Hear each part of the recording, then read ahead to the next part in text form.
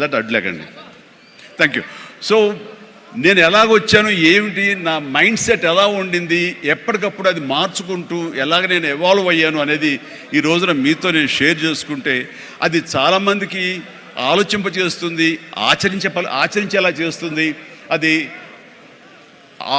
ఆమోదం అయితే కనుక అది వినియోగించుకునేలాగా కూడా చేస్తుందని నేను ఆశిస్తున్నాను.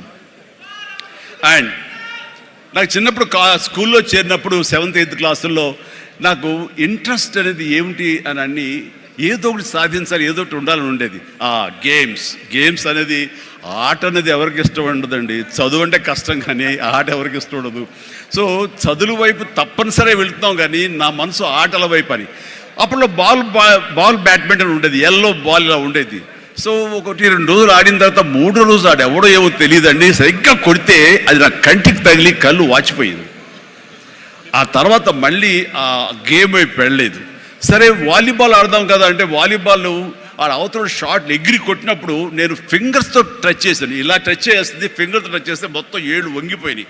ఆ ఆట అంటే భయం వేసింది. క్రికెట్ అంటే ఆడెవడో మనకు బాల్ తీసుకొచ్చి నా బొట్టనవేలు మీద కొట్టాడు, బొట్టనవేలు వాసిపోయింది. ఏంటి మన గేమ్స్ అచ్చొచ్చేదా కనపట్లేదు, నెక్స్ట్ ఇది కాదులే అనుకున్నాగా ఎన్సీసీ అనేది నేను ఎక్స్ట్రా క్యారిక్యులర్ యాక్టివిటీస్లో పార్టిసిపేట్ చేయాలని నాకు ఎన్సీసీ కనిపించింది.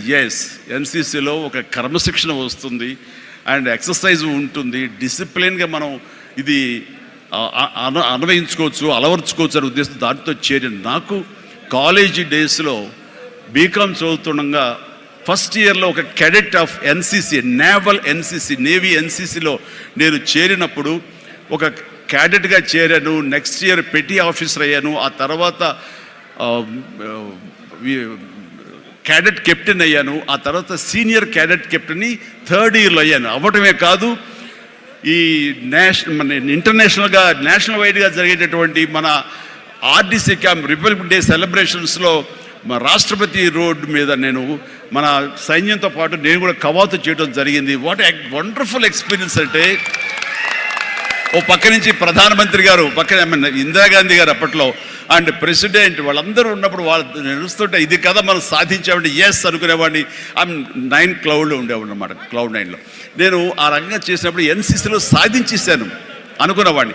ఆ తర్వాత నెక్స్ట్ ఏంటి అంటే నాకు దారి కనపడలేదు. మహా అయితే కనుక ఒక సబ్ లెఫ్టినెంట్ గానో మళ్ళీ నేవీలోనో పడవల్లోనో ప్రయాణం చేయాలి, షిప్పులో. అది కాదు, something else is bothering me. ఏం చేయాలి అని అనుకుంటుండగా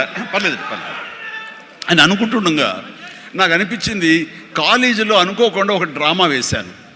ఆ డ్రామా పేరు రాజీనామాలో నాకు బెస్ట్ యాక్టర్ వచ్చేసింది. వెంటనే ఆ ఫోటోగ్రాఫ్ ప్రింట్ చేసి మా కాలేజీ మ్యాగజైన్లో వేసిస్తారు.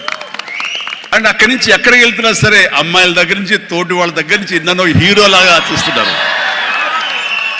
అబ్బా రాత్రి డ్రామా చూసాము, ఆ చైర్మన్ పాత్రలో అదరగొట్టేసాము, చాలా బాగుంది అంటుంటే అప్పటిదాకా ఎవరు నన్ను అలాగ చూడని వాళ్ళు ప్రతి ఒక్కరి నడుచుకుంటూ వెళ్తుంటే, సైకిల్ మీద వెళ్తుంటే నన్ను అలాగ చూస్తారు.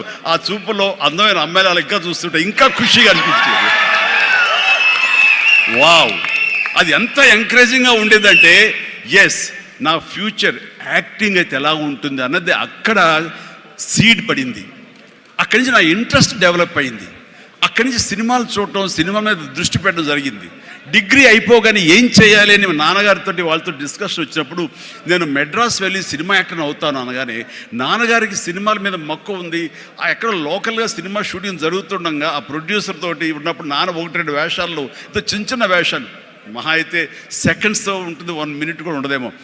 ఏ సెంటర్గా నాకు ఇది ఎందుకు చేయకూడదు, చెయ్యొచ్చురా, కానీ అది మన ఏరియా కాదు, మనకు ఎవరు తెలిసిన లేరు, అక్కడ దిక్కుముక్కు లేదు, నీకు ఎవరు ఆసటగా నిలబడతారు, బాసటగా నిలబడతారు, ఎవరిని చేయూతనిస్తారు, చాలా కష్టం, ఎక్కడో అన్నోన్ ఫీల్డ్కి వెళ్ళి నువ్వు రాణించగలవా, ఒంటరిగా వెళ్తున్నావు అని అంటే ఏదో గట్ ఫీలింగ్, నేను రాణిస్తాను అన్న నమ్మకం, నేను వస్తాను అన్న నమ్మకం. ఎందుకంటే ఏమనుకున్నా, ఏ బ్యాంక్ ఎంప్లాయీ అనుకున్నా, నాన్నగారిలాగా పోలీస్ డిపార్ట్మెంట్ అనుకున్నా, ఇంకోటి అనుకున్నా, నేవీ ఆఫీసర్ అనుకున్నా కిక్కి ఉండలేదు. అదే సినిమా యాక్టర్ అయితే అని అనిపించింది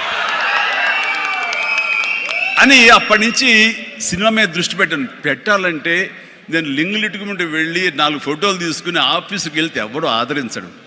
నేను ఒక ఫిలిం ఇన్స్టిట్యూట్లో ట్రైనింగ్ అయ్యానండి, ఆమె ట్రైన్డ్ యాక్టర్ అని అంటే ఎంతో కొంత ఆదరణ ఉంటుంది. రాబో కూర్చోటి సో టీ అని ఇస్తారేమో అనే ఉద్దేశంతో నేను ఫిలిం ఇన్స్టిట్యూట్లో జాయిన్ అయితే అక్కడ నేను అయ్యాను. ట్రైనింగ్ అయిన తర్వాత అక్కడి నుంచి ఏ ఒక్క రోజు కూడా రమ్మండి, ట్రైనింగ్ పూర్తి అవ్వకుండానే నన్ను నా టాలెంట్ని చూసి ఆయా ప్రొడ్యూసర్లు అప్పటికప్పుడు నాకు వేషాలు ఇవ్వడం మొదలుపెట్టారు.